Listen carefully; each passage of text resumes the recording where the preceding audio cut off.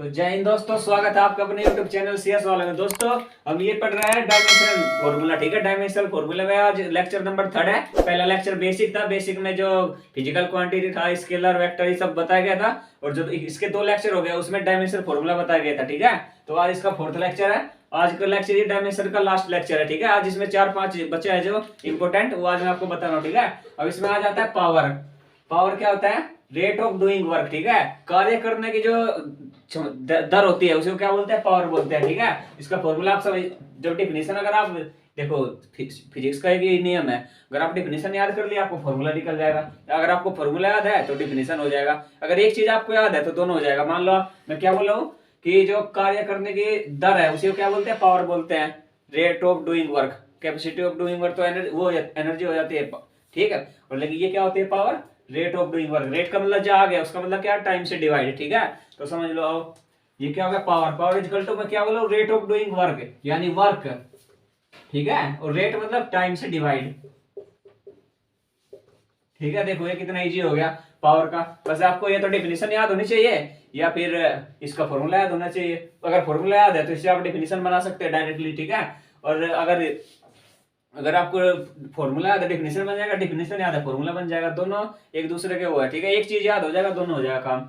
अब ये दोनों एक दूसरे के देखो इन्वर्सली है। अगर टाइम घटेगा तो पावर बढ़ेगी, पावर घटेगा तो टाइम बढ़ेगा। ठीक है, तो चलो देखते हैं इसका कैसे डायमेंशनल फॉर्मूला निकलेगा। तो वर्क क्या क्या होता है? फॉर्मूला, वर्क का जो फॉर्मूला होता है वो एनर्जी के इक्वल होता है। ठीक है, कल इससे जो कल इसका लेक्चर था उसमें बताया गया था अच्छे से कि एनर्जी का और वर्क का, काइनेटिक एनर्जी हो या पोटेंशियल एनर्जी हो, उनका डायमेंशन फॉर्मूला क्या होता है? सेम होता है। ठीक है, अब मैं यहाँ पे डायरेक्ट लिख रहा हूँ वर्क का। अब जैसे कल के लिए वीडियो में इसका अच्छे से बताया था कि कैसे होता है, लेकिन अब डायरेक्ट कर रहा हूँ। अब इसे अगर नहीं इसका समझ में आएगा वर्क का, कल का लेक्चर देखिएगा जाके, उसके बाद ये लेक्चर देखिएगा। ठीक है, वर्क का होता है यहाँ mL2T-2। ठीक है, ये हो गया वर्क का। अब टाइम का क्या हो गया? टी हो गया। ठीक है, देख लो कोई प्रॉब्लम हो, mL2T-2, ये ब्रैकेट ऐसे बंद हो गया। अब मान लीजिए टी है, पावर 1 है, ऊपर जाएगा माइनस हो जाएगी पावर, यानी mL2T-2 और -2, वो -1 है, जैसे ये 1 है ना यहाँ, तो -1 हो जाएगा। इसे ऐसे बंद कर देंगे, mL2T-3। कितना इजी है देख लो, लगा टाइम। और अगर आप जैसे फॉर्मूला अगर याद हो गया और एग्जाम में आ भी जाए, कुछ सेकंड के अंदर लगा लेंगे, 4-5 सेकंड लगेंगे फॉर्मूला का। ये याद है आपको, पहले ही बता दिया कैसे हुआ है। इसके बाद टाइम से डिवाइड किए, डायरेक्ट आप निकाल दिए पावर का फॉर्मूला। देखो ये निकल गया डायमेंशनल फॉर्मूला, m1L2T-3। ठीक है, अब अगला देखते हैं। मैं उम्मीद करता हूँ इसमें कोई दिक्कत नहीं होगी। अगर कोई भी प्रॉब्लम है मैसेज कर दो। पावर हो गया। अब अगला आता है, पावर के बाद डेंसिटी हो ही गया था।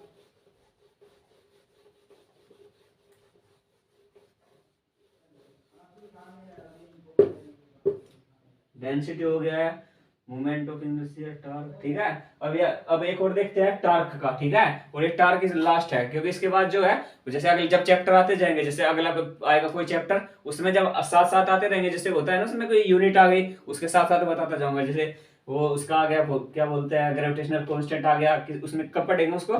जब ग्रेविटेशनल वो चैप्टर स्टार्ट होगा। ठीक है, फिर एक एप्सिलॉन नॉट आ गया, उसमें पढ़ेंगे इलेक्ट्रोस्टैटिक्स में, तो साथ साथ होता जाएगा। उससे इजीली होगा, आपको वहां फॉर्मूला भी याद हो जाएगा अच्छे से। यानी मैं बता दूं जी का यहाँ पे कि G equal to K m1 m2 ऐसे बता दूं फॉर्मूला। ठीक है, तो यहाँ कंफ्यूज हो जाएंगे कि कैसे करें।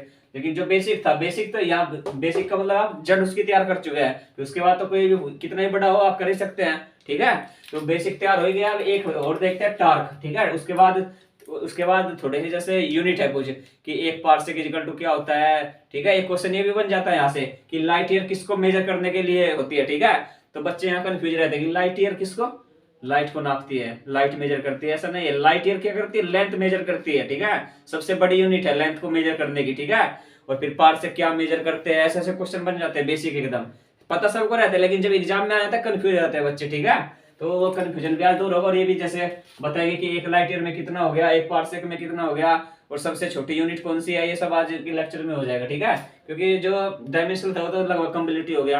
अब एक और बचा है, उसके बाद जो आते रहेंगे चैप्टर के साथ साथ उसी टाइम होता रहेगा, इससे इजीली हो जाएगा। ठीक है, समझने में भी। और जैसे मान लो कि मैं ये लिख दूं कि ग्रेविटेशनल फोर्स का formula F = G m1 m2 r²। और यहाँ से इसका जी निकाल दूं मैं, ठीक है। चलो ये निकाल दे, इसका ग्रेविटेशनल कांस्टेंट का निकाल रहा हूं, ठीक है। टार्क का तो बाद में देख लेंगे, पहले ये देख लो जब फॉर्मूला आ गया, ठीक है। ये क्या है, F equal to G m1 m2 r square, ठीक है। ये फॉर्मूला है ग्रेविटेशनल कांस्टेंट जी का, कैपिटल जी का, यहाँ से निकालना है। एग्जाम में आया कि कैपिटल जी का आप क्या निकालिए, डायमेंशनल फॉर्मूला निकालिए। तो कैसे निकलेगा देख लो, ठीक है। ये F है, G है, m1 m2 r स्क्वायर। अब आपको सब कुछ देखना है। देखो जब इससे पहले वाले अगर आप लेक्चर देखे होंगे, समझे होंगे, आपको समझ में आ गया होगा फोर्स का डायमेंशन फॉर्मूला क्या होता है, मास को क्या किस में मेजर करेंगे, आर को किस में मेजर करेंगे। अब कुछ मतलब अब इतना इजी हो गया, समझे। कुछ करना नहीं है, अब तो बस डायरेक्ट मान रख दो, आंसर आ ही गया। देखो इतना इजी, कितना सेकंड में होगा। इसका क्या होगा, mlt-2, ठीक है, फोर्स का हो गया। अब जी निकालना है, ऐसे ऐसे लिख दो जी को। यहाँ क्या होगा, m है तो m स्क्वायर, 2m है ना, m स्क्वायर हो गया। r है, r जो रेडियस होता है किसमें मेजर होता है, लेंथ में, और इसको r है यानी l स्क्वायर हो गया। देख लो इतना कोई दिक्कत है इसमें नहीं है।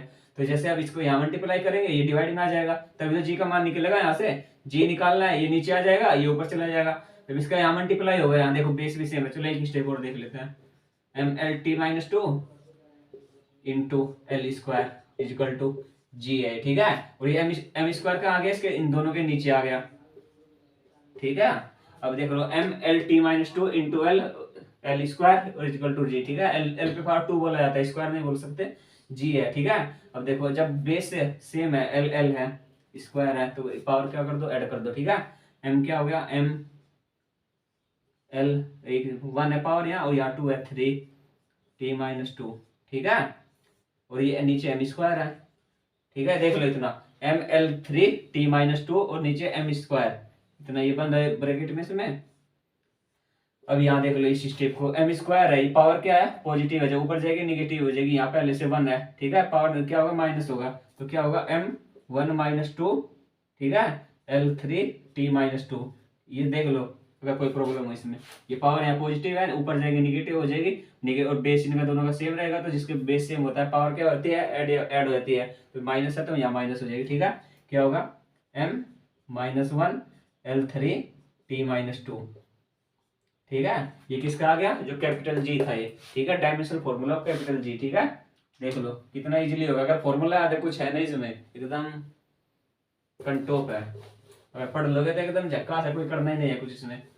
यहाँ अच्छे से लिख के देख लो, यहाँ लिख दो इसको, जी इक्वल टू क्या हो गया, m-1 l3t-2। बस अगर फॉर्मूला याद है, कुछ है नहीं, डायमेंशन वाला एकदम इजी है, लेकिन इसको बच्चे थोड़ा सीरियस ले लेते हैं कि डायमेंशन ये है वो है, कुछ है नहीं। केवल फॉर्मूला याद कर लो, फॉर्मूला याद हो, डेफिनेशन याद हो, किसी का भी निकल जाएगा, कहीं से लेके आ जाओ, ठीक है। कोई भी हो, बस फॉर्मूला याद कर लो उसका, और रट्टा मारोगे भूल जाओगे, कंफ्यूज रहेगा। जैसे अगर मान लो इसे डायरेक्ट याद करोगे, कंफ्यूजन है या नहीं है, ठीक है, क्योंकि इससे संबंधित और भी होगा। मान लो किसी में यहाँ +2 होगा, किसी में यहाँ नेगेटिव होगा, तो कंफ्यूजन बना रहेगा। लेकिन अगर डायरेक्ट फॉर्मूले से निकालेंगे कोई दिक्कत नहीं होगा, डायरेक्ट निकल जाएगा, ठीक है। देख लो कैपिटल जी का ये हो गया m-1 l3t-2, ठीक है। एकदम स्टेप बाय स्टेप में आपको समझाओ कैसे निकालना है। अगर निकालना समझ गए फिर कोई दिक्कत नहीं है। अगर वैसे डायरेक्ट भी याद कर रहे तो वो भी अच्छी बात है, लेकिन अगर निकालना सीख जाओगे तो उससे अच्छी बात कोई यही नहीं है, ठीक है। तो चलो अब देखते हैं एक और टार्क का, ठीक है। टार्क के बाद फिर थोड़ा कुछ यूनिट देखेंगे, जिसमें मेजर करने वाली सबसे छोटी यूनिट क्या है, ये सब देखेंगे, ठीक है। टार्क टार्क टार्क, ठीक है। इसे मतलब अपनी भाषा में आप जो भी बोलते हो, TORQUE, ठीक है। सबका बोलने का प्रोनाउंसिएशन अलग अलग होता है, ठीक है। इसका फॉर्मूला होता है फोर्स इनटू डिस्प्लेसमेंट।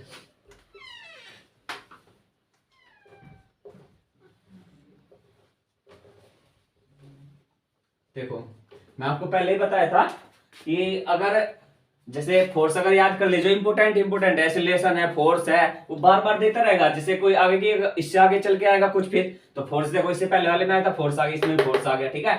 डिस्प्लेसमेंट आ गया, ये पहले मैं आपको क्या किया हूँ, बता चुका हूँ एकदम कैसे निकालना है, ठीक है। एकदम जड़ से उखाड़ फेंको, ठीक है। तो ये बता दिया गया फोर्स और टाइम डिस्प्लेसमेंट। अब कोई दिक्कत है, बस टार्क हो गया। अब टार्क देख लो जल्दी से, फोर्स का क्या हो गया, mlt-2 इंटू डिस्प्लेसमेंट को एल में मेजर करते हैं, बेस से मैं ml2t-2। बताओ कितना देर लगा इसमें, खुद देख लो एक बार। मुझे लग रहा है मैं समझाया हूं तब भी मुझे 10 ही सेकंड लगा, उससे ज्यादा टाइम नहीं लगा, ठीक है।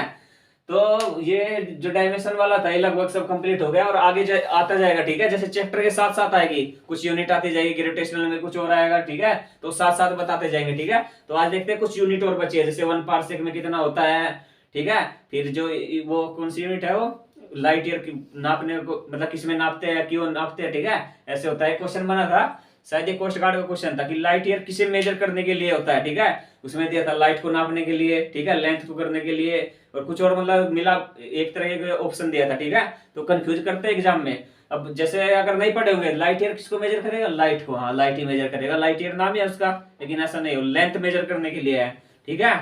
तो चलो अब थोड़ा वो देखते हैं यूनिट 4, ठीक। यूनिट के बाद ये चैप्टर लगभग कंप्लीट हो जाएगा, फिर वेक्टर पढ़ेंगे, ठीक है। यूनिट्स,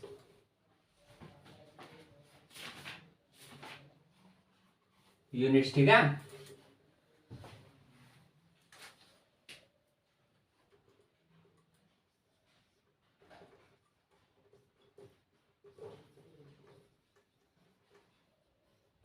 जितने भी ये यूनिट बताई जा रही है, 4-5 यूनिट है, ये सब किसको मेजर करती है, लेंथ को, ठीक है, लंबाई को मेजर करती है ये वाली यूनिट्स, ठीक है।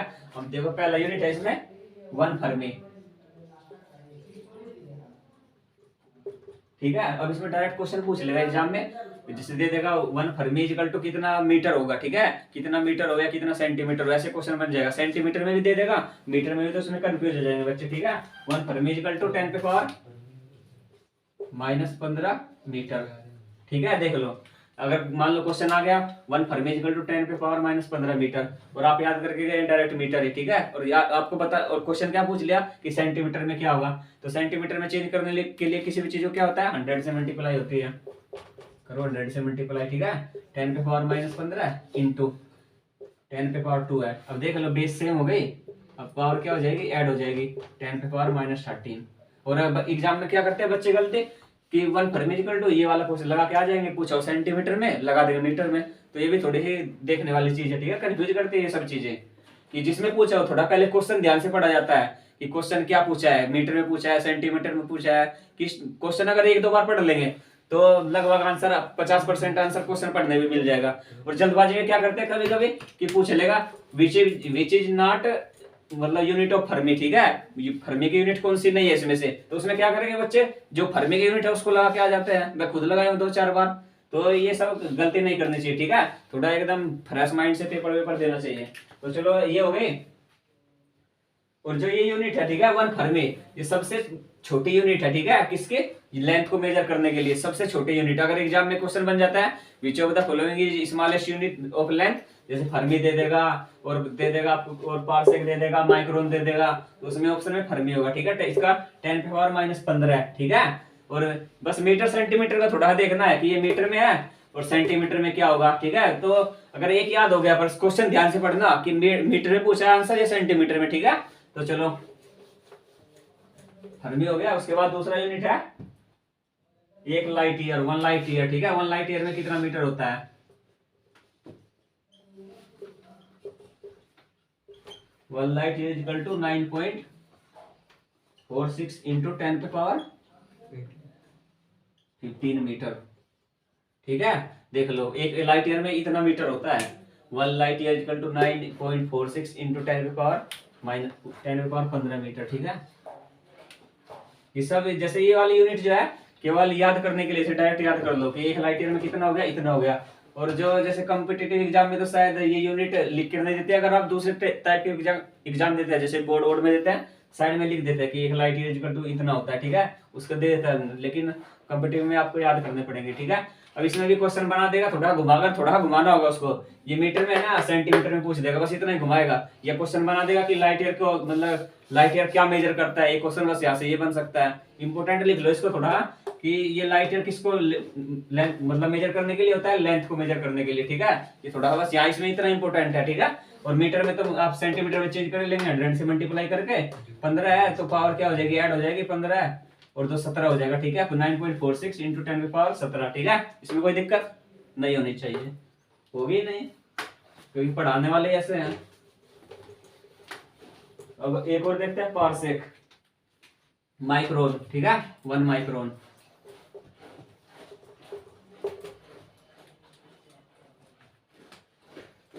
जो 1 माइक्रोन होता है उसमें 10⁻⁻6 मीटर होता है, ठीक है।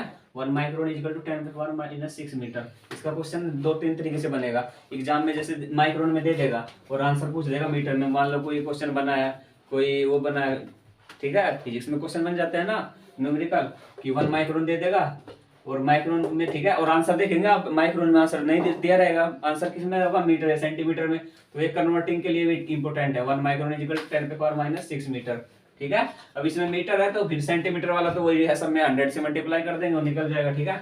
इसमें 10 × -6 है, 100 से मल्टीप्लाई हो गया, 100 से देखो 10⁻2 का मतलब ये नहीं कि 10 के आगे 2 जीरो लगानी है तो 1000 हो जाएगा। इसका मतलब ये है कि 10⁻⁻6 × 100, इसका ये नहीं कि यहाँ 10 है तो इसके सामने 2 जीरो लगाएंगे, ये चीज गलत है।